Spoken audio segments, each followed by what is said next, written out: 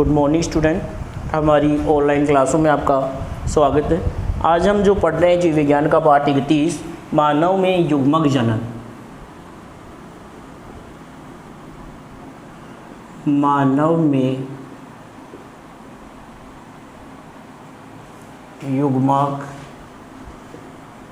जनन, मानव में युग्मक जनन, उसका हम पार्ट 4 पढ़ रहे हैं। पहले जो तीनों पार्ट पढ़े हैं हमने मानव में युग्मक जनन में हमने शुक्राणु जनन यानी शुक्र जनन के बारे में पढ़ लिया। आज जो हमारा पार्ट 4 है उस पार्ट 4 में हम पढ़ेंगे किसके, अंड जनन या अंडाणु जनन। तो आज का जो टॉपिक है वो है हमारा अंड जनन या अंडाणु जनन। अंड जनन या अंडाणु जनन, अंड जनन या अंडाणु जनन, ये हमारी हेडिंग आज की, अंड जनन या अंडाणु जनन। तो अंडाशय में जनन कोशिकाओं से अंडों के निर्माण की प्रक्रिया, अंड जनन की प्रक्रिया होती है वो कहाँ पर होती है, अंडाशय। किसमें होती है, अंडाशय। जैसे हमने शुक्राणु जनन की प्रक्रिया कहाँ पर पढ़ी थी, वृषण में। शुक्राणु जनन कहाँ पर, यानी शुक्राणु का निर्माण कहाँ पर होता है, वृषण में। तो यहाँ पर जो अंड जनन या अंडों का निर्माण होता है वो अंडाशय में। तो अंडाशय में जनन कोशिकाओं से, अंडाशय में जनन कोशिकाओं से अंडों के निर्माण की प्रक्रिया को क्या है, अंडाशय में जो जनन कोशिकाएं हैं उनसे अंडों के निर्माण की जो प्रक्रिया होती है, उस निर्माण की जो प्रक्रिया है उसको बोलते हैं हम क्या, अंड जनन कहते हैं। उसे क्या कहते हैं, अंड जनन। देखो, अंडाशय में जनन कोशिकाएं जनन उपकला के रूप में चारों ओर स्थित रहती हैं। कि अंडाशय में जो ये जनन कोशिकाएं हैं वो किसके रूप में, जनन उपकला, जनन उपकला के रूप में चारों ओर स्थित होती है, चारों ओर स्थित होती है। किसके रूप में, जनन उपकला के रूप में। कि अंडाणु का निर्माण अंडाशय में हो रहा है, किससे होता है, जनन कोशिकाओं से होता है। और जनन कोशिकाएं कहाँ पर है, किसके रूप में, जनन उपकला के रूप में। जो अंडाशय होता है उसके चारों ओर, जैसे ये अंडाशय की संरचना ऐसी, तो यहाँ पर इसके चारों ओर क्या पाई जाती है, जनन उपकला के रूप में ये पाए जाते हैं। आगे देखो, अंड जनन एक सतत प्रक्रिया है, परंतु अध्ययन की सुविधा के लिए जो इसको हमने 3 प्रावस्थाओं में बांटा गया है। कि अंड जनन की प्रक्रिया है वो भी कैसी प्रक्रिया है, एक सतत प्रक्रिया, मतलब लगातार होती रहती है। लेकिन अध्ययन की सुविधा की दृष्टि से हमने अंड जनन को भी कितने भागों में बांटा है, 3 प्रावस्थाओं में।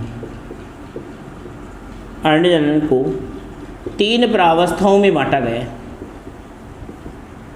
3 प्रावस्थाओं में बांटा गया है। वो 3 प्रावस्थाएं कौन कौन सी है, गुणन प्रावस्था, वृद्धि प्रावस्था और परिपक्वन प्रावस्था।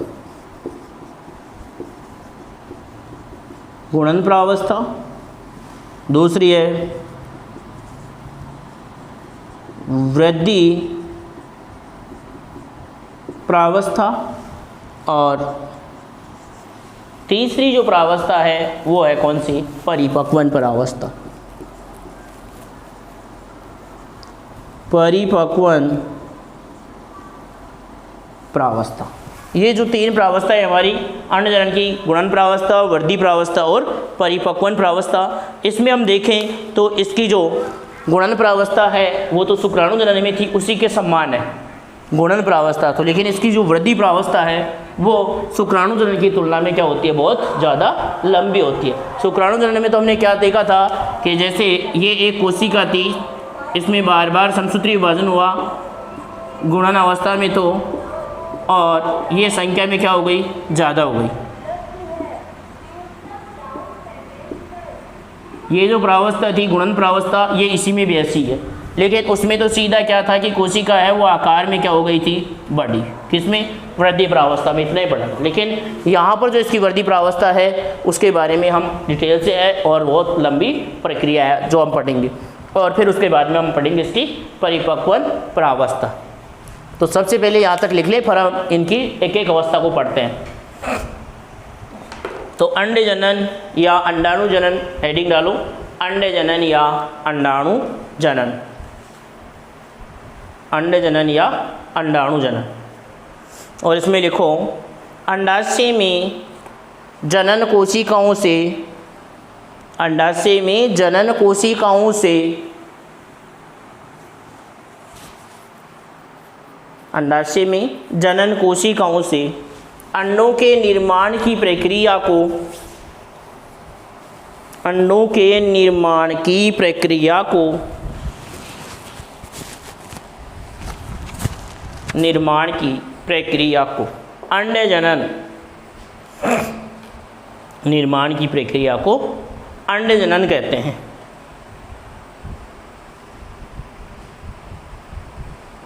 अंडे जनन कहते हैं। आगे अलग लाइन में लिखो, अलग लाइन लिख और भी में डालो अंडाशय में जनन कोशिकाएं, अंडाशय में जनन कोशिकाएं, जनन कोशिकाएं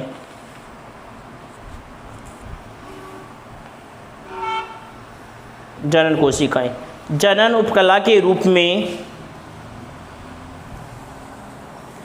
जनन कोशिकाएं जनन उपकला के रूप में, जनन उपकला के रूप में चारों तरफ स्थित रहती हैं, जनन उपकला के रूप में चारों तरफ स्थित रहती हैं, स्थित रहती हैं।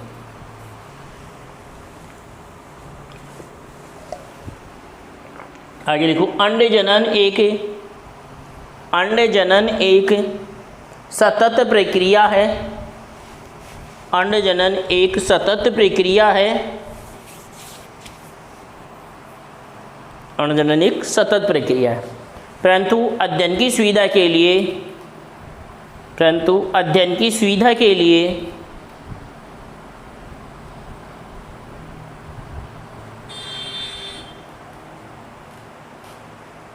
अध्ययन की सुविधा के लिए इसको 3 अवस्थाओं में बांटा जाता है, इसको 3 अवस्थाओं में बांटा जाता है। तीनों अवस्था के नाम लिख लो, गुणन प्रावस्था, वृद्धि प्रावस्था और परिपक्वन प्रावस्था। तीनों प्रावस्थाओं के नाम लिख लो, गुणन, वृद्धि और परिपक्वन प्रावस्था।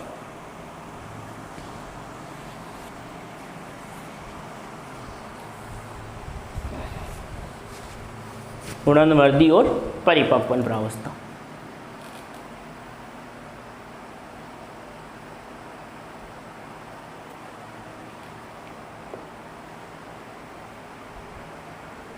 देख लिया सही।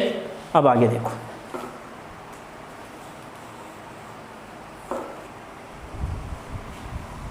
पहले डालो गुणन प्रावस्था। अब हम सब इनके बारे में पढ़ते हैं, गुणन प्रावस्था के बारे में।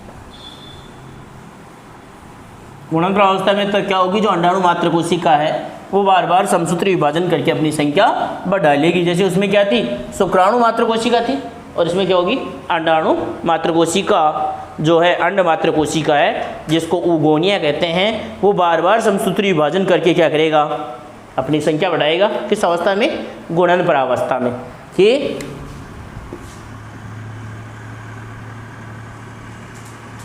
और ये अंडाणु मात्र कोशिका या जिसको बोलते हैं ऊगोनिया, क्या बोलते हैं, ऊगोनिया, अंडे मात्र कोशिका, ऊगोनिया या इसको बोलते हैं अंडे मात्र कोशिका।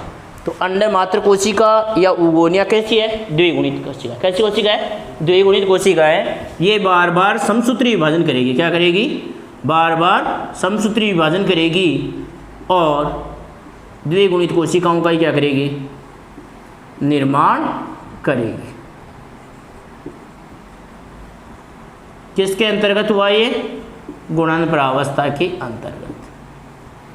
तो ये हमारी क्या हुई, गुणन प्रावस्था हुई। बस गुणन प्रावस्था में इतना ही है कि अंडमात्र कोशिका या ऊगोनिया जो है वो बार बार समसूत्र विभाजन करके, इसकी जो जर्म कोशिकाएं हैं, इस प्रावस्था में जो जर्म कोशिकाएं वो बार बार समसूत्र विभाजन के द्वारा ऊगोनिया का निर्माण करती हैं। सॉरी, ये जर्म कोशिका या जनन उपकला की कोशिकाएं हैं, जर्म कोशिका या जनन उपकला की कोशिकाएं हैं। और ये जो बना रही है ना, ये द्विगुणित संरचना, वो है क्या, ऊगोनिया। जो ये बन रहे हैं ना द्विगुणित संरचना, वो क्या है, उगोनिया है, और ये जर्म कोशिका है। तो ये जर्म कोशिका बार बार समसूत्री विभाजन करके किसका निर्माण कर रहे हैं, उगोनिया का निर्माण करते हैं। तो बस इसमें इतना ही है, लिख लो। लिखो गुणन प्रावस्था में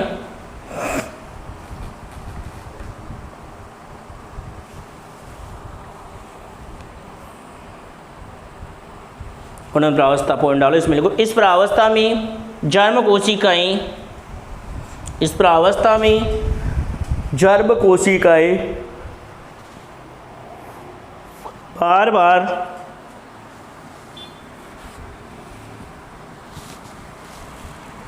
इस प्रावस्था में जर्म कोशिकाएं बार बार समसूत्री विभाजन के द्वारा, बार बार समसूत्री विभाजन के द्वारा उगोनिया का निर्माण करती हैं, उगोनिया का निर्माण करती हैं।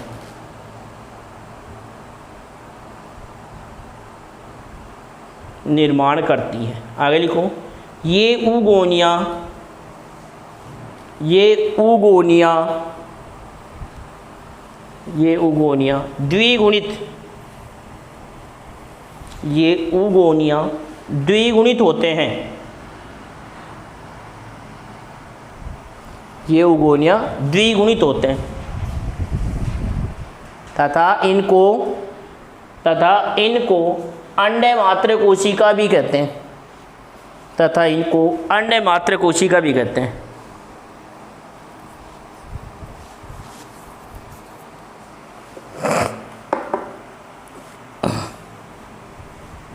अंडमात्र कोशिका भी कहते हैं। सही, ये हो गई इसकी गुणन प्रावस्था। दूसरी डालो वृद्धि प्रावस्था। दूसरी प्रावस्था डालनी है क्या, वृद्धि प्रावस्था। वृद्धि प्रावस्था, वृद्धि प्रावस्था।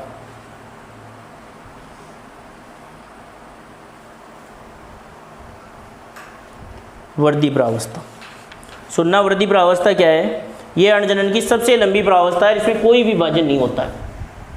वृद्धि प्रावस्था है वो अण्डजनन की सबसे लंबी प्रावस्था है, अण्डजनन की सबसे लंबी प्रावस्था है, और इसमें कोई विभाजन नहीं होता है, इसमें कोई विभाजन नहीं होता है, इसमें किसी भी प्रकार का विभाजन नहीं होता है। इसमें उगोनिया वृद्धि करके प्राथमिक ओसाइट का निर्माण करता है जो द्विगुणित होते हैं। इसमें जो उगोनिया था, उगोनिया, इसमें जो उगोनिया था वो उगोनिया वृद्धि करके, उगोनिया वृद्धि करके प्राथमिक ओसाइट का निर्माण करता है, प्राथमिक ओसाइट का निर्माण करता है। मतलब इसमें जो उगोनिया बना था वो उगोनिया किसमें बन गया था, हमारा गुणन प्रावस्था में। गुणन प्रावस्था में जो संरचना बनी थी द्विगुणित, वो क्या थी, उगोनिया थी, और वो उगोनिया अब वृद्धि करके किसका निर्माण कर रहा है, प्राथमिक ओसाइट का निर्माण कर रहा है। किसका निर्माण कर रहा है, प्राथमिक ओसाइट का निर्माण करता है जो द्विगुणित होता है। ये प्राथमिक ओसाइट है वो क्या होता है, द्विगुणित होता है। प्राथमिक ओसाइट है वो कैसा है, द्विगुणित होता है, जिसको पहला अंडक भी बोलते हैं प्राथमिक ओसाइट को। देखो अब क्या कह रहे हैं, फिर इसके बाद में क्या कह रहा है कि उगोनिया में वृद्धि अलग अलग प्राणियों में भिन्न भिन्न होती है। अभी हम ये कह रहे हैं ना कि ये उगोनिया वृद्धि करके प्राथमिक अंडक बना रहा है, तो उगोनिया की जो ये वृद्धि है वो क्या होती है, अलग अलग प्राणियों में क्या होती है, भिन्न भिन्न होती है, भिन्न भिन्न होती है। मतलब अलग अलग प्राणियों की उगोनिया है वो वृद्धि करके जो प्राथमिक ओसाइट बना रहे हैं ना, वो वृद्धि जो है ना वो अलग अलग होती है। किसी में 20 गुना वृद्धि होती है, किसी में 40 गुना वृद्धि होती है, किसी में 100 गुना वृद्धि होती है, किसी में 200 गुना वृद्धि होती है। जैसे इसमें बता रखा है कि उदाहरण के लिए स्तनियों में यह वृद्धि 20 गुना, स्तनियों में यह जो वृद्धि है वो कितनी होती है, 20 गुना। स्तनियों में ये वर्दी कितनी होती है? 20 गुना। उभयचरों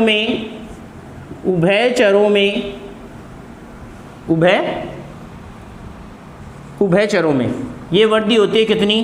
200 गुना। कितनी होती है? 200 गुना। स्तनियों में जो ये वर्दी होती है ना उगोनिया में, वो कितनी हो जाती है? 20 गुना। जो एक कोशिका थी ना उससे 20 गुना बड़ी कोशिका होती है प्राथमिक oocyte। उगोनिया से जो प्राथमिक oocyte बना ना वो कितना बड़ा होता है? 20 गुना बड़ा होता है। जबकि उभयचर में ये वर्दी कितनी हो जाती है? 200 गुना हो जाती है। और पक्षियों में ये वर्दी 4000 गुना होती है। पक्षियों में कितनी होती है? 4000 गुना होती है ये वर्दी। तो कहने का मतलब ये बता रहे हैं कि यहाँ पर जो ये वर्दी बताई गई है उगोनिया में, वो वर्दी अलग अलग प्राणियों में क्या होती है? भिन्न भिन्न होती है। उदाहरण के लिए स्तनियों में ये वर्दी 20 गुना होती है, उभयचरों में ये वर्दी 200 गुना होती है, और पक्षियों में ये वर्दी कितनी होती है? 4000 गुना तक ये वर्दी होती है। तो इससे ये समझ गए कि प्राथमिक जो हमारा उगोनिया था उससे प्राथमिक oocyte बन रहा है, वो सब में क्या बनेगा? अलग अलग वर्दी करके बनेगा। उसके बाद में देखो उगोनिया में वर्दी दर भी अलग अलग जातियों में भिन्न भिन्न होती है। अब उगोनिया में वर्दी दर का मतलब होती है कितने समय में होती है ये वर्दी। तो उगोनिया में वर्दी दर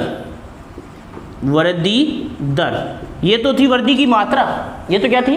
वर्दी की मात्रा की कितनी वर्दी हो रही है। तो 20 गुना, 200 गुना, 400 गुना, ये तो मात्रा है। अब समय हमारे पास पता चल जाए तो हमें दर पता होगी। तो उगोनिया में जो ये वर्दी दर है ना वो भी क्या होती है? अलग अलग होती है। अलग अलग होती है। उगोनिया में जो ये वर्दी दर है वो भी क्या होती है? अलग अलग होती है। जैसे दे रखा है इसमें देखना, उदाहरण के लिए स्त्रियों में वर्दी प्रावस्था की अवधि 14 दिन। स्तनियों में मतलब स्तनियों की बात की तो स्त्रियों में किसमें होगा? स्त्रियों में ये जो वर्दी प्रावस्था की अवधि होती कितनी होती? 14 दिन। वर्दी की दर कितनी होती है? 14 दिन तक। कितने दिनों तक वर्दी होती है? 14 दिनों तक वर्दी होती है।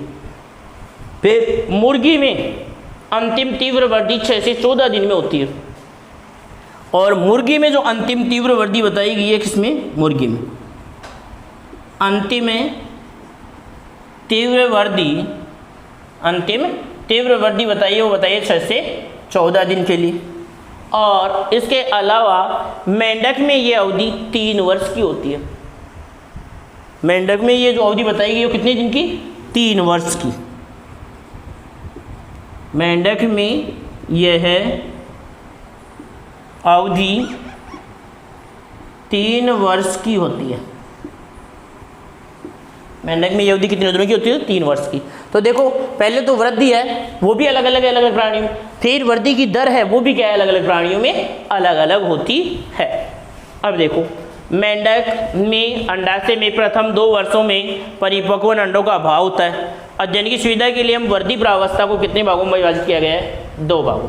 यहाँ पर ये कह रहे हैं कि मेंढक के अंडाशय में प्रथम 2 वर्षों तक अंडों के जो परिपक्व अंडे हैं ना उनका अभाव होता है, लेकिन बाद में फिर उसमें परिपक्व होने लग जाते हैं, इसलिए वो परिपक्व अंडों को हर वर्ष क्या करता रहता है? मुक्त करता रहता है।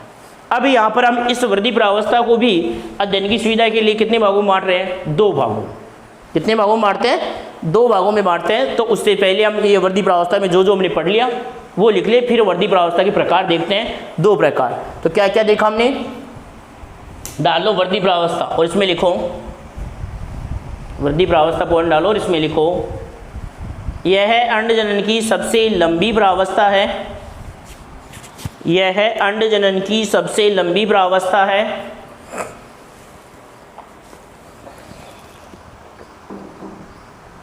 सबसे लंबी प्रावस्था है जिसमें कोई विभाजन नहीं होता है। जिसमें कोई विभाजन नहीं होता है। कोई विभाजन नहीं होता है।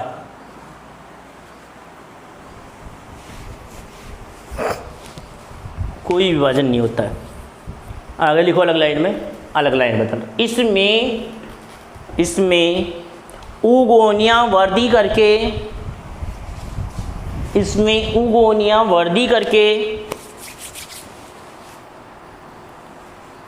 oogonia वृद्धि करके, प्राथमिक इसमें oogonia वृद्धि करके प्राथमिक oocyte का निर्माण करते हैं, प्राथमिक oocyte का निर्माण करते हैं,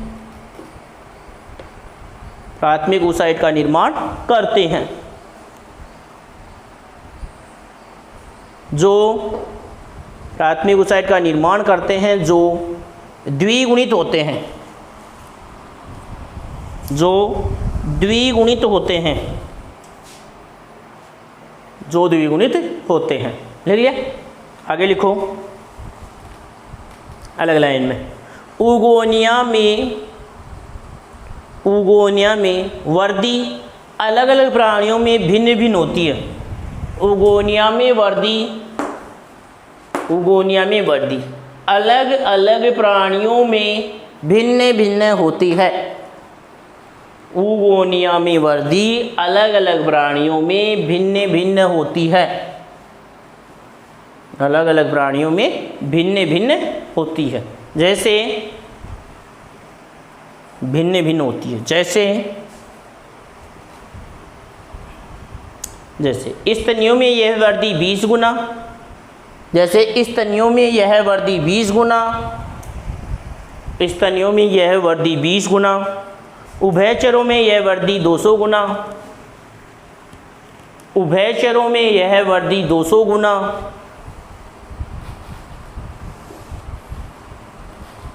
200 गुना,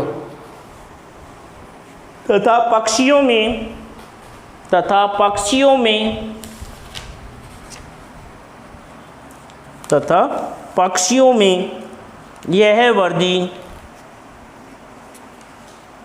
यह वृद्धि कितनी होती है? 4000 गुना होती है। पक्षियों में यह वृद्धि 4000 गुना होती है।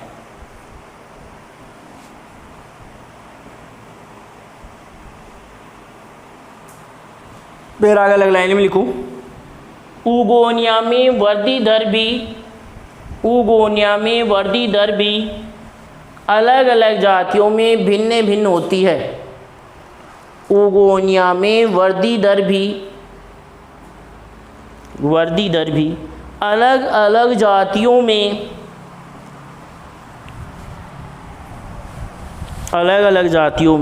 भिन्न भिन्न होती है।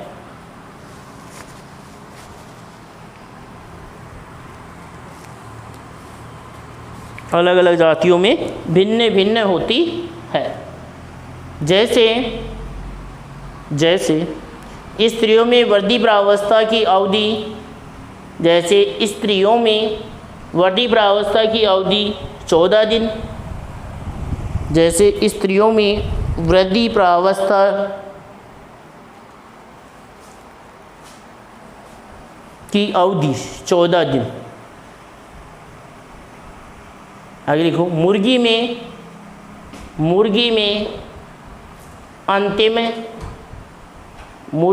अंतिम तीव्र वृद्धि 6 से 14 दिन में होती है। मुर्गी में अंतिम तीव्र वृद्धि 6 से 14 दिन में होती है, 6 से 14 दिन में होती है। तथा मेंढक में यह अवधि 3 वर्ष की होती है।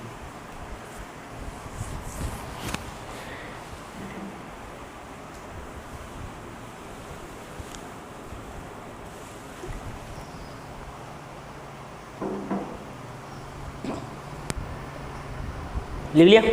आगे अलग लाइन में लिखो, मेंढक के अंडाशय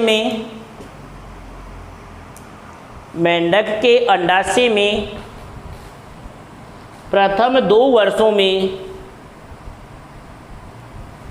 मेंढक के अंडाशय में प्रथम 2 वर्षों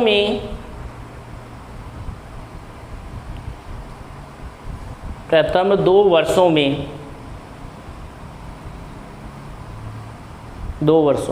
परिपक्व अंडों का अभाव होता है। परिपक्व अंडों का अभाव होता है।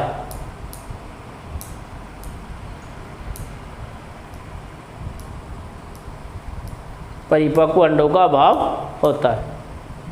सही।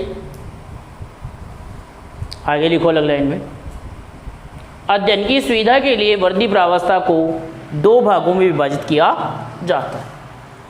अध्ययन की सुविधा की दृष्टि से या अध्ययन की सुविधा के लिए वर्दी प्रावस्था को 2 भागों में बांटा गया है।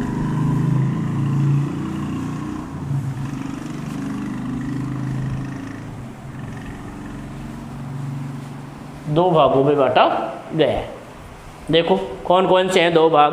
प्री वाइटेलोजेनेसिस, प्री वाइटेलोजेनेसिस, और दूसरा है वाइटेलोजेनेसिस। प्री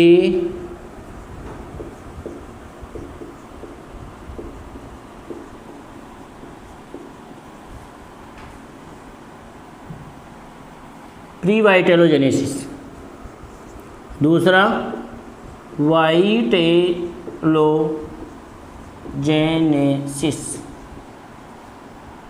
प्री वाइटेलोजेनेसिस और वाइटेलोजेनेसिस।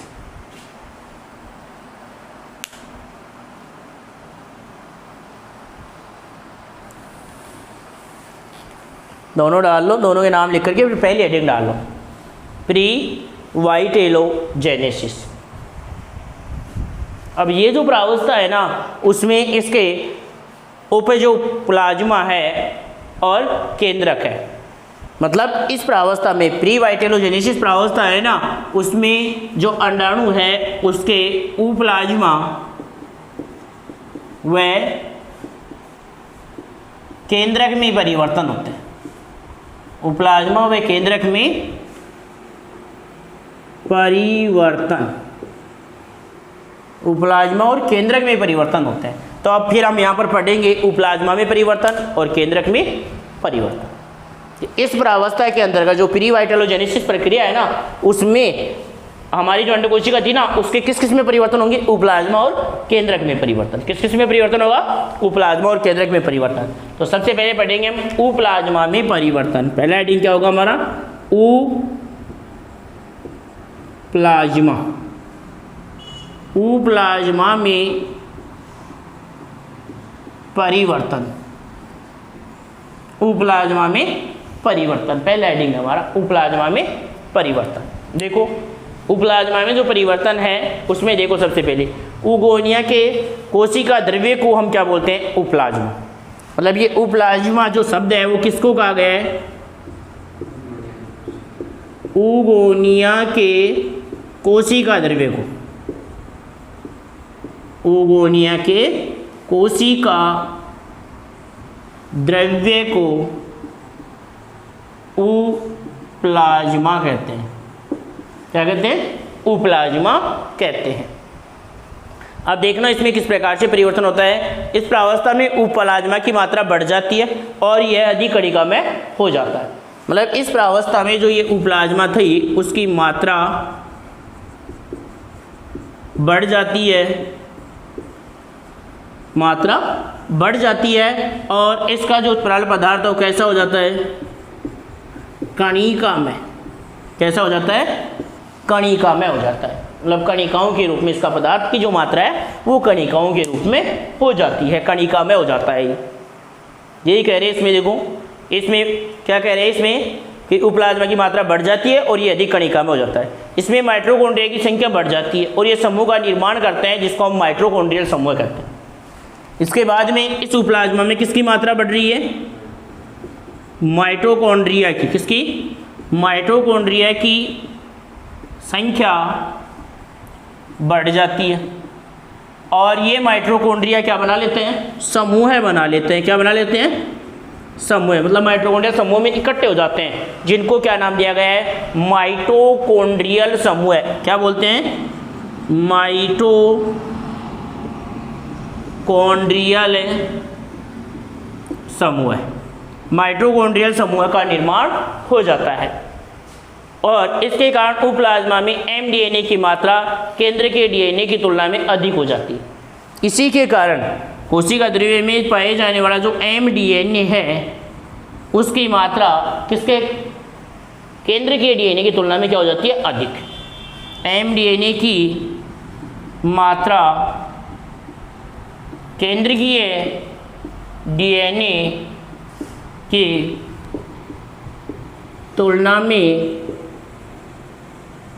अधिक हो जाती है। मतलब जो mDNA उसकी मात्रा भी केंद्र के डीएनए की तुलना में क्या हो जाती है, बढ़ जाती है।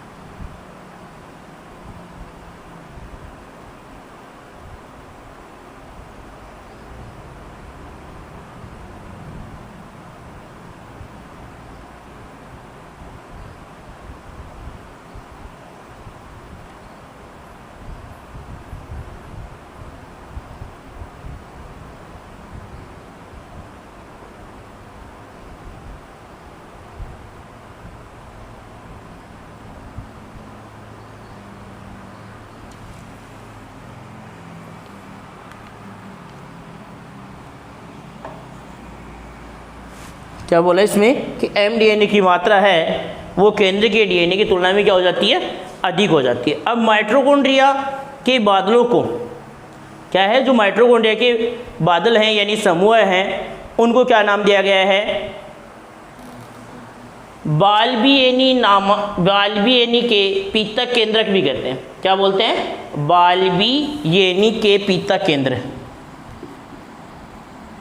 बाल्बियनी के पीतक केंद्र।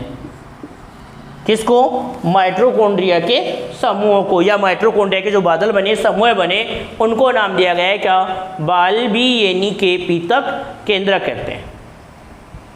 सही, तो यहाँ तक। उसके बाद में और परिवर्तन है, जैसे गोल्जिकाय में परिवर्तन है, तो यहाँ तक हम सबसे पहले क्या करते हैं इसमें कि जो प्री वाइटेलोजेनेसिस हम पढ़ रहे हैं उसमें किस किस में परिवर्तन होगा, उपप्लाज्मा में और केंद्रक में। सबसे पहले हम पढ़ रहे हैं किसमें, उपप्लाज्मा में परिवर्तन। उपप्लाज्मा क्या है, उगोनिया के कोशिका द्रव्य को ही हम उपप्लाज्मा कहते हैं। तो सबसे पहले क्या होगी इसमें, उपप्लाज्मा की मात्रा बढ़ जाती है और वो अधिक कणिका में हो जाता है। उसके बाद में इसमें माइटोकॉन्ड्रिया की संख्या बढ़ जाती है। माइटोकॉन्ड्रिया क्या हो जाते हैं, समूह में इकट्ठे हो जाते हैं, जिनको बोलते हैं माइटोकॉन्ड्रियल समूह। इसके अलावा कोशिका में mDNA की मात्रा केंद्र के डीएनए की तुलना में क्या हो जाती है, अधिक हो जाती है। और जो माइटोकॉन्ड्रिया के समूह बने थे, जो बादल बने थे, उन बादलों को हम क्या बोलते हैं, बाल्बियनी के पीतक केंद्रक भी कहते हैं। उसके बाद में हम आगे इसमें दे रखे हैं कि जैसे इसके गोल्जिकाय में परिवर्तन होगा, इसके एंडोप्लाज्मिक रेटिकुलम जो अंतर्द्रव्यीय जालिका है उसमें परिवर्तन होगा। तो वो परिवर्तन हम पढ़ेंगे, पहले यहाँ तक लिख लेते हैं। तो हमारा पहला क्या था कि अध्ययन की सुविधा के लिए वर्दी प्रावस्था को दो भागों में विभाजित किया जाता है। दोनों भागों के नाम लिख लिए थे और पहला हेडिंग डाल लिया। पहला हेडिंग डाला, उसमें लिखो इस प्रावस्था में उगोनिया के केंद्रक, इस प्रावस्था में उगोनिया के केंद्रक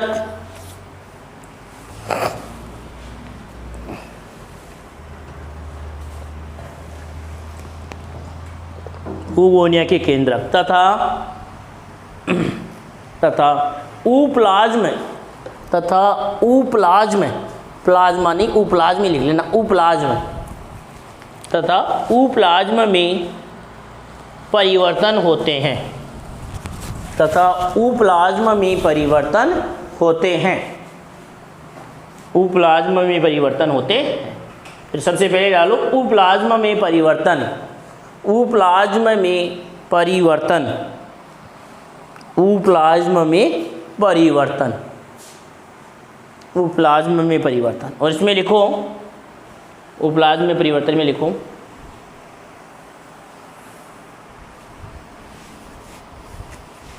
उगोनिया के कोशिका द्रव्य को, उगोनिया के कोशिका द्रव्य को उपप्लाज्म कहते हैं। उगोनिया के कोशिका द्रव्य को उपप्लाज्म कहते हैं। उगोनिया के कोशिका द्रव्य को उपप्लाज्म कहते हैं। आगे लगला इलवे इस प्रावस्था में उप्लाज्म की मात्रा बढ़ जाती है। इस प्रावस्था में उप्लाज्म की मात्रा बढ़ जाती है। उप्लाज्म की मात्रा बढ़ जाती है तथा यह अधिक कणिकामय हो जाता है। तथा यह अधिक कणिकामय हो जाता है। अधिक कणिकामय हो जाता है।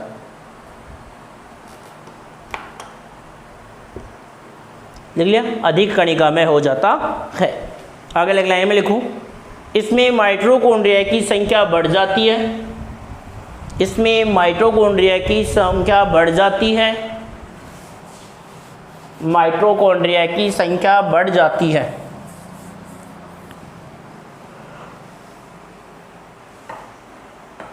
माइटोकॉन्ड्रिया की संख्या बढ़ जाती है तथा ये समूह का निर्माण करते हैं।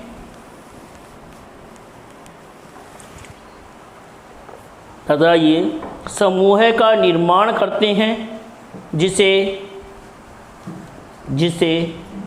माइटोकॉन्ड्रियल समूह कहते हैं। माइटोकॉन्ड्रियल समूह कहते हैं। माइटोकॉन्ड्रियल समूह कहते हैं। लिखिए, आगे लिखो, आगे लिखो। इसके कारण प्लाज्मा में एमडीएनए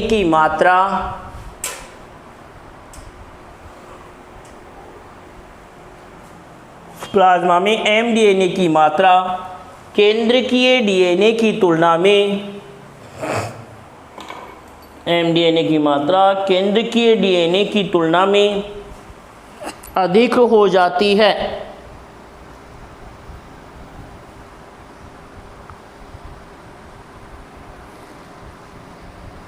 केंद्रकीय डीएनए की तुलना में अधिक हो जाती है। सही, आगे लिखो अलग लाइन में। माइटोकॉन्ड्रिया के बादलों को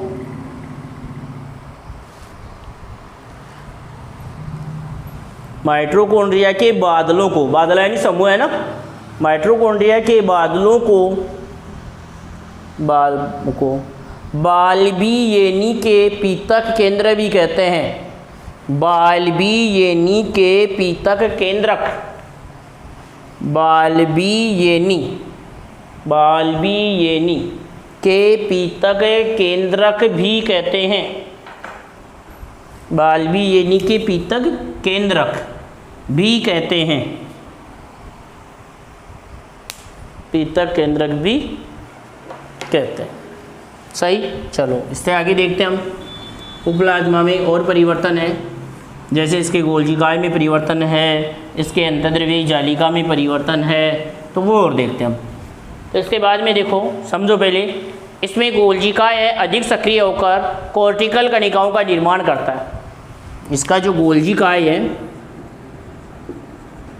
गोल्जिकाय, वो सक्रिय होकर क्या कार्य करता है? कॉर्टिकल कणिकाओं का निर्माण करता है। किसका निर्माण करता है? कॉर्टिकल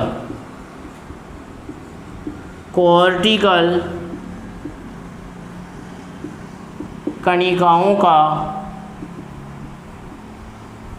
निर्माण करता है।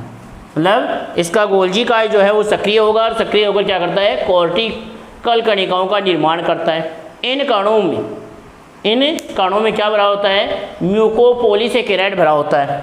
मतलब इन कणों में म्यूकोपॉलीसेकेराइड भरा होता है। म्यूकोपॉलीसेकेराइड भरा होता है। किसमें? ये जो कॉर्टिकल कणिकाएं थी ना, उन कणिकाओं में। और ये क्या कार्य करेगा? देखो, ये कॉर्टिकल के कण में परिधि पर व्यवस्थित होते हैं और इन कणों से निषेचन के समय निषेचन कला का निर्माण होता है। कि ये जो कॉर्टिकल कण थे वो उप्लाज्मा के चारों ओर स्थित होते हैं। कहाँ पर स्थित होते हैं? उप्लाज्मा के चारों ओर स्थित होते हैं और क्या कार्य करते हैं? निषेचन के समय किसका निर्माण करते हैं? निषेचन कला का निर्माण करते हैं। निषेचन कला का निर्माण करते हैं। इस निषेचन कला के बनने के कारण ही निषेचित अंडे में और शुक्राणु प्रवेश नहीं कर पाते हैं। तो ये निषेचन कला है, उसका निर्माण किससे हुआ? कॉर्टिकल कण से। किससे हुआ?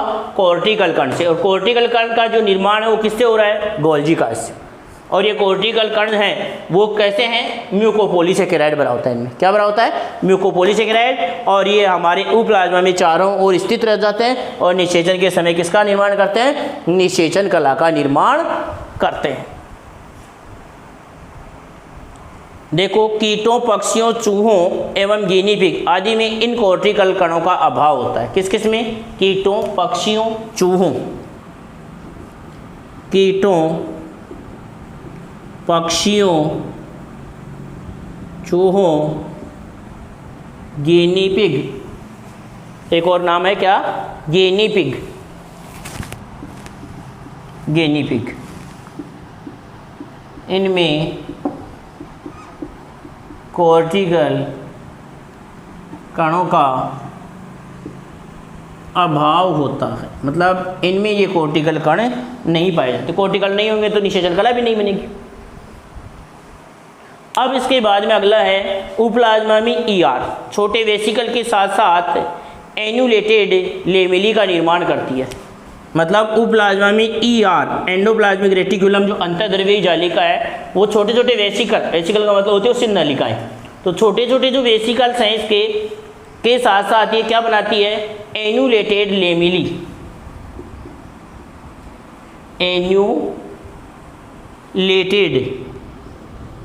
एन्यूलेटेड लेमेली का निर्माण करती है।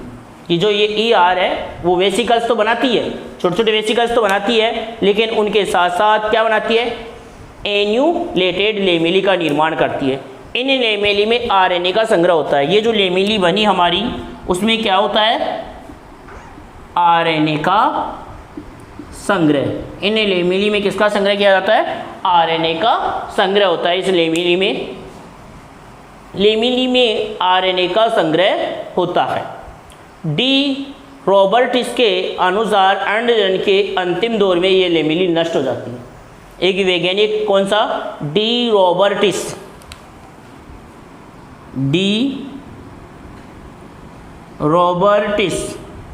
इस डी रॉबर्टिस वैज्ञानिक के अनुसार अंडजन की प्रक्रिया जैसे जैसे पूरी होगी तो ये बनी हुई लेमेली क्या हो जाएंगी?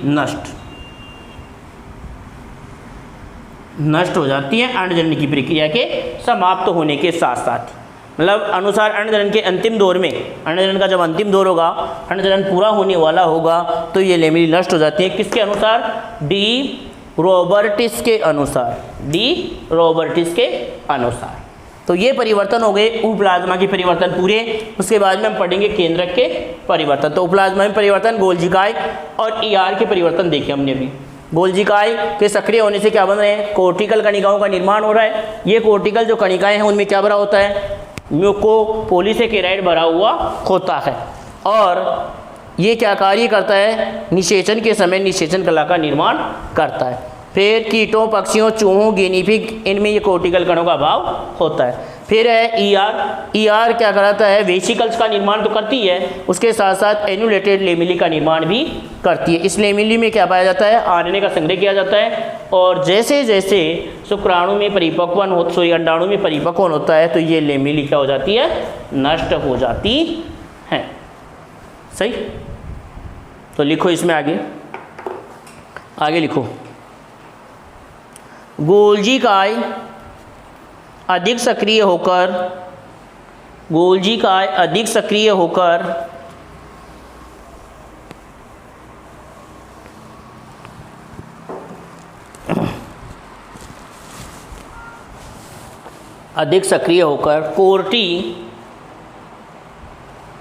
गोल्जी काय अधिक सक्रिय होकर कोर्टिकल कणिकाओं का निर्माण करती है।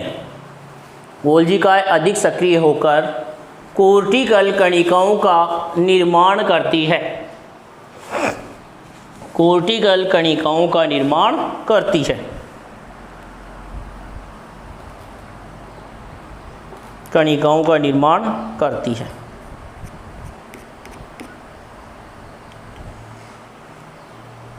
कणिकाओं का निर्माण करती है। लिख लिया, आगे लिखो।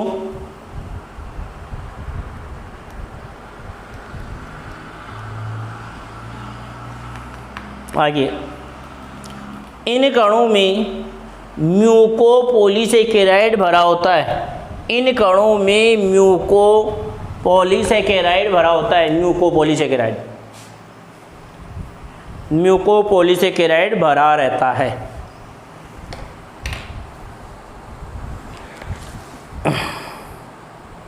आगे लिखो, ये कोर्टिकल के कण उप्लाज्मा में, ये कोर्टिकल के कण, ये कोर्टिकल के कण उप्लाज्मा में, उप्लाज्मा में परिधि की ओर, उप्लाज्मा में परिधि की ओर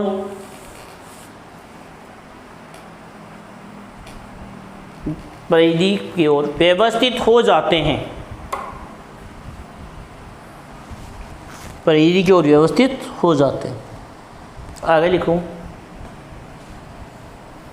इन कणों से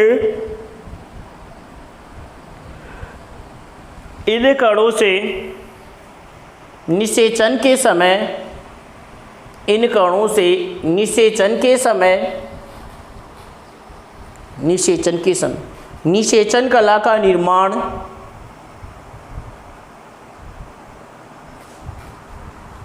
निषेचन के समय निषेचन कला का निर्माण, निषेचन कला का निर्माण होता है। निषेचन के समय निषेचन कला का निर्माण होता है। लिख लिया, आगे अलग लाइन में लिखो। उप्लाज्मा में ER, उप्लाज्मा में ER को पूरा नाम जान दो ना, एंडोप्लाज्मिक रेटिकुलम यानी अंतःद्रव्यी जालिका।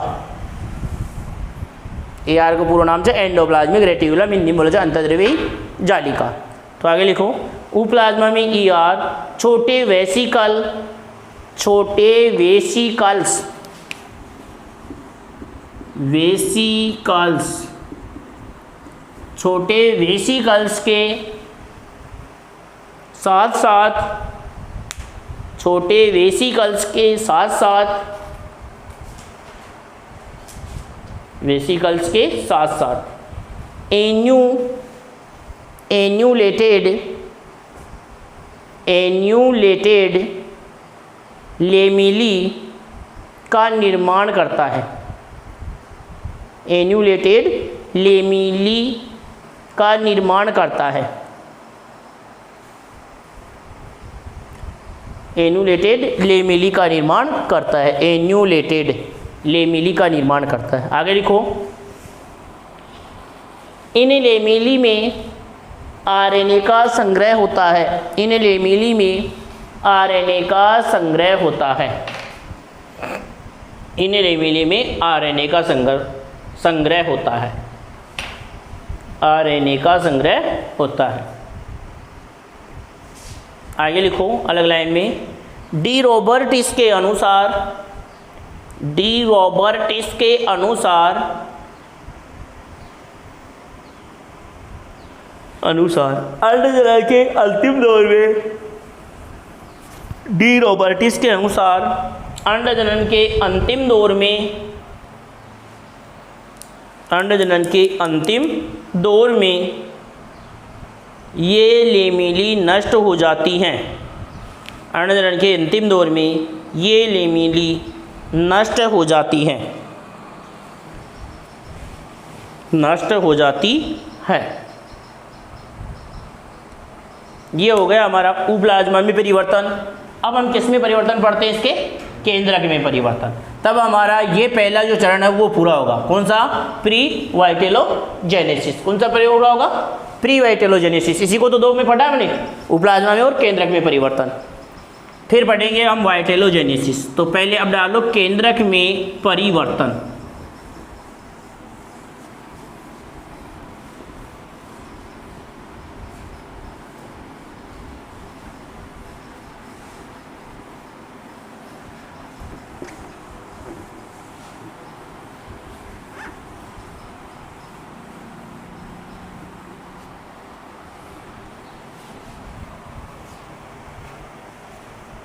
देखो केंद्र का आकार धीरे धीरे बढ़ जाता है क्योंकि इसमें केंद्रक द्रव्य की मात्रा बढ़ जाती है। हम देख रहे हैं केंद्रक में परिवर्तन। तो क्या कह रहे हैं? केंद्रक का आकार बढ़ जाता है। किसके कारण? केंद्रक द्रव्य के बढ़ जाने से। केंद्रक द्रव्य के बढ़ जाने से, केंद्रक द्रव्य बढ़ जाने से केंद्र का आकार भी क्या हो जाता है? बढ़ जाता है। फिर क्या कह रहे हैं इसमें? केंद्रक में केंद्रिका की संख्या बढ़ जाती है, विशेषतः उभयचरों में इनकी संख्या 600 से 1200 तक हो जाती है। फिर क्या कह रहे हैं? केंद्रक में केंद्रिका की संख्या बढ़ जाती है, विशेषतः उभयचरों में। बताइए किसमें? उभयचरों में। कितनी हो जाती है? 600 से 1200 तक। कितने केंद्रिकाएं बन जाती है? 600 से 1200 तक केंद्रिकाएं बन जाती है। किसमें? उभयचरों में। फिर उसके बाद में बता रहे हैं इसमें केंद्रक में डीएनए से एमआरएनए, टीआरएनए और आरआरएनए का निर्माण होता है। इसी समय केंद्रक में डीएनए से एमआरएनए, टीआरएनए और आरआरएनए इनका निर्माण होता है। इसी समय पर केंद्रक में परिवर्तन निर्माण होता है। इनका निर्माण गुणसूत्रों के न्यूक्लियोलर ऑर्गेनाइजर भाग से होता है। जिनका निर्माण कहाँ से होता है? गुणसूत्रों के न्यूक्लियोलर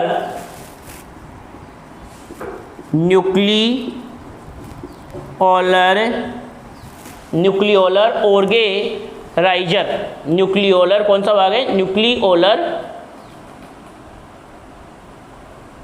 ऑर्गेनाइजर भाग से। ऑर्गेनाइजर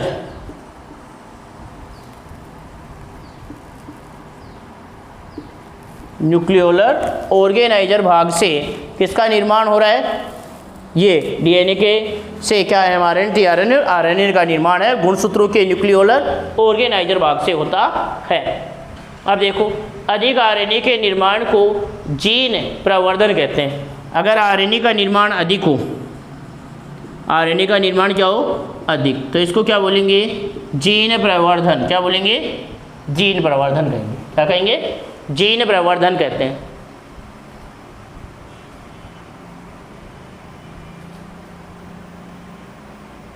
फिर डी, जो हमारा डी रॉबर्टिस ने इसको डी रेडेंसिस भी कहते हैं।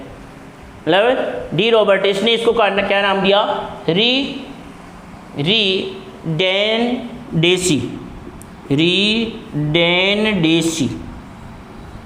किसने कहा? ये डी रॉबर्टिस ने। किसने कहा?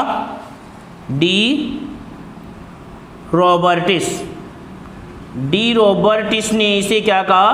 डी रेडेंसी भी कहते हैं या कहा। सभी एमआरएनए का उपयोग प्रोटीन संश्लेषण में नहीं होता। कुछ एमआरएनए कोशिका द्रव्य में इनफॉर्मोसोम करते हैं। किसका निर्माण? मतलब सभी एमआरएनए हैं, सभी एमआरएनए का निर्माण प्रोटीन संश्लेषण में नहीं होता। एमआरएनए का उपयोग होता है प्रोटीन संश्लेषण में। प्रोटीन निर्माण करने में हम उपयोग करते हैं किसका? एमआरएनए का। लेकिन यहाँ पर सभी एमआरएनए प्रोटीन निर्माण का काम नहीं कर रहे हैं। कुछ एमआरएनए किसका निर्माण कर रहे हैं?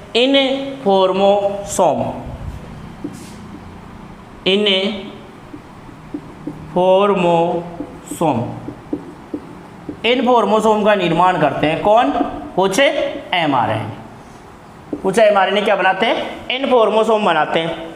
और इनफॉर्मोसोम का उपयोग आपातकाल में प्रोटीन संश्लेषण में होता है। ये इन्फोर्मोसोम क्या कार्य करते हैं? आपातकाल में प्रोटीन संश्लेषण, कि जब mRNA पूरे हो जाए तो ये इन्फोर्मोसोम काम में आ जाते हैं। जो mRNA से तो बने थे, तो वो किसमें? आपातकाल में प्रोटीन संश्लेषण के लिए उपयोग में आ जाते हैं। प्रोटीन संश्लेषण के लिए काम में आते हैं। आगे देखो, केंद्रिकाओं में राइबोसोम के निर्माण में आवश्यक सभी प्रोटीन व आरएनए का संग्रह होता है। अब क्या करें यहाँ पर सुनना, केंद्रिकाओं में किसके? राइबोसोम के निर्माण में जो आवश्यक सभी प्रोटीन है ना, वह आरएनए है, उनका संग्रह कहाँ पर होता है? राइबोसोम, इसी में, केंद्रक में। फिर उसके बाद में क्या बता रहा है इसमें देखना, अधिकांश मछलियाँ, उभयचर और सरीसृपों में वर्दी प्रावस्था में केंद्रक में लैंप ब्रूस गुणसूत्रों का निर्माण होता है और इनसे अधिक मात्रा में mRNA का निर्माण होता है। किसमें? मछली, उभयचर और सरीसृपों में। मछली, उभयचर और सरीसृपों में वर्दी प्रावस्था में किसका निर्माण होता है? लैंप ब्रूस गुणसूत्रों का हमने 11वीं में पढ़ा है। लैंप ब्रूस गुणसूत्र कैसी संरचना थी? लैंप को साफ करने वाली जो ब्रूस होती है ना, उसके जैसी संरचना, जिसको हमने लैंप ब्रूस गुणसूत्र कहा था। तो उसका निर्माण वर्दी प्रावस्था में किसमें होता है? मछली, उभयचर और सरीसृपों में। और इस लैंप ब्रूस से जो है उनसे क्या बनता है? अत्यधिक मात्रा में mRNA। इन लैंप ब्रूसों से किसका निर्माण होता है? अत्यधिक मात्रा में mRNA का निर्माण होता है। ये हमारे केंद्रक में परिवर्तन हुए। अंडजनन के दौरान किसमें परिवर्तन हुए? केंद्रक में होने वाले परिवर्तन हुए। सही, तो लिखो इसको, केंद्रक में परिवर्तन। इसमें लिखो, केंद्रक का आकार धीरे धीरे बढ़ जाता है।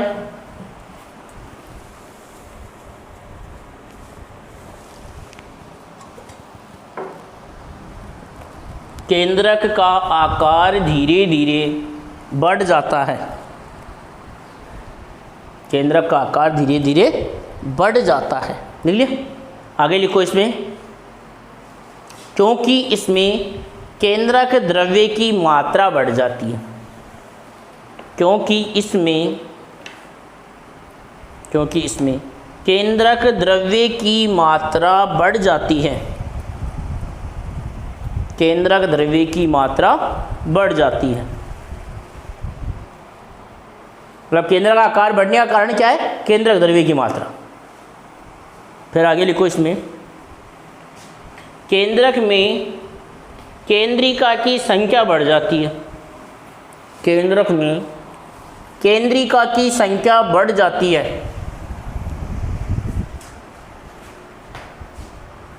केंद्रक में केंद्रिका की संख्या बढ़ जाती है। विशेषतः उभयचरों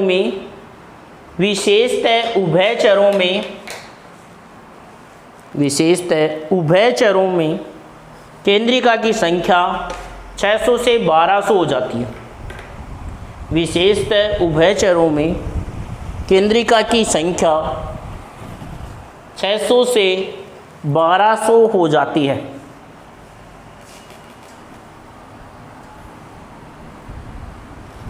आगे लिखो, 600 से 1200 हो जाती है। आगे लिखो, केंद्रक में डीएनए से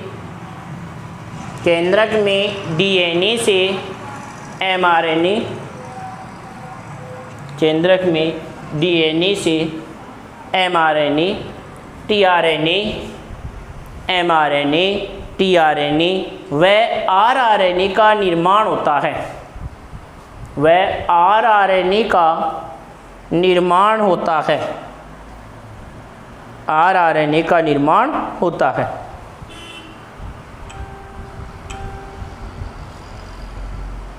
rRNA का निर्माण होता है। लिख लिया? आगे लिखो,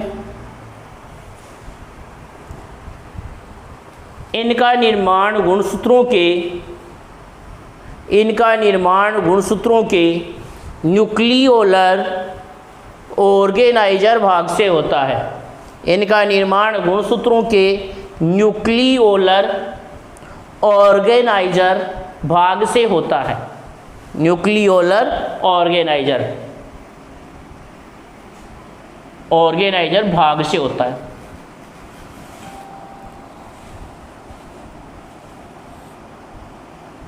आगे लिखो, अधिक आरएनए के निर्माण को,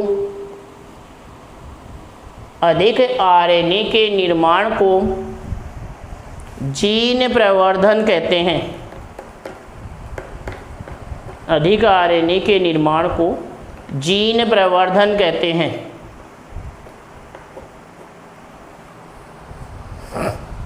जीन प्रवर्धन कहते हैं।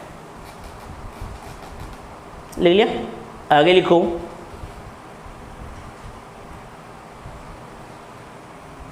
डी रॉबर्टिस ने इसको रीडेंडेंसी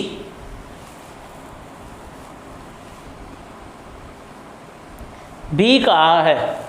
रवि जीन प्रवर्धन ने डी रॉबर्टिस का नाम दिया जाए रीडेंडेंसी भी कहा है।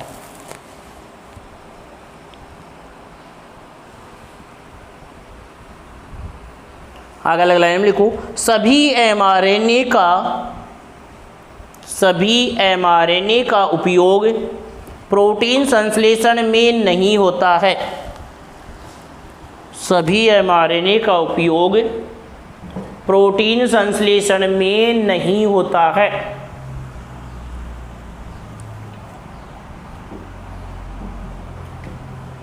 प्रोटीन संश्लेषण में नहीं होता है।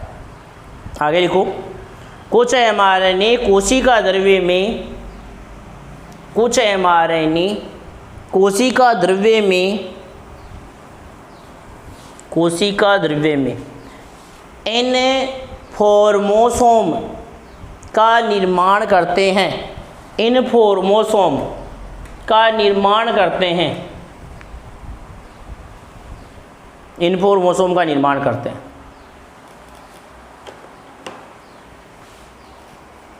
इनफॉर्मोसोम का निर्माण करते हैं, जिनका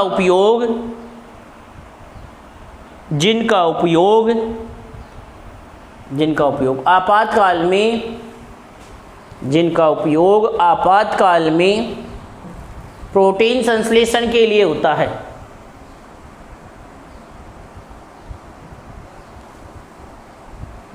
जिनका उपयोग आपातकाल में प्रोटीन संश्लेषण के लिए होता है। आगे अगले लाइन में लिखो,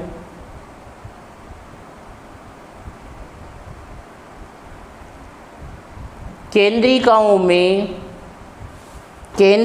में राइबोसोम के निर्माण में आवश्यक, केंद्रिकाओं में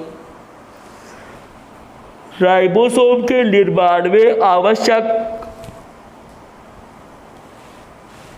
राइबोसोम के निर्माण में आवश्यक सभी प्रोटीन्स व आरएनए का संग्रह हो जाता है। सभी प्रोटीन्स व आरएनए का संग्रह हो जाता है।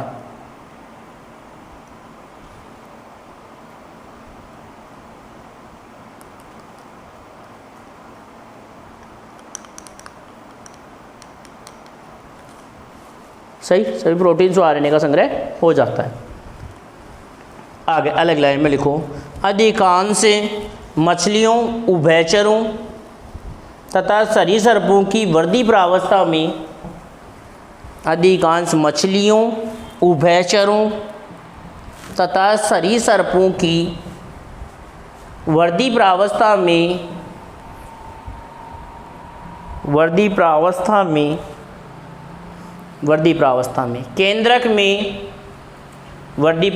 में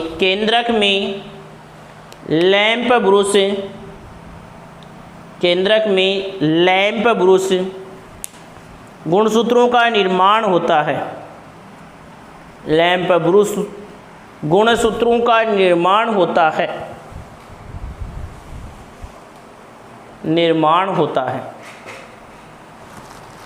आगे लिखो,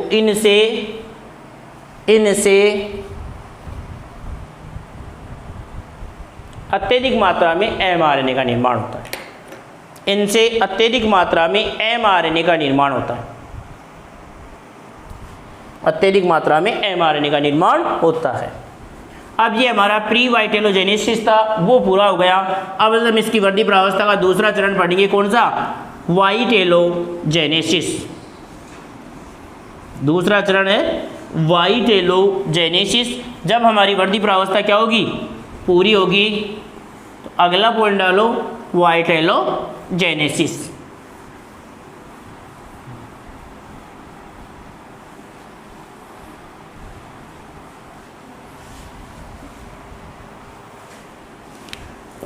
दूसरा डाल लो वाइटेलोजेनेसिस। ये दूसरा हेडिंग डालो वाइटेलोजेनेसिस, जिसके बारे में पढ़ेंगे हम अगली क्लास में। इस क्लास को हम यही समाप्त करते हैं। जय हिंद, जय भारत।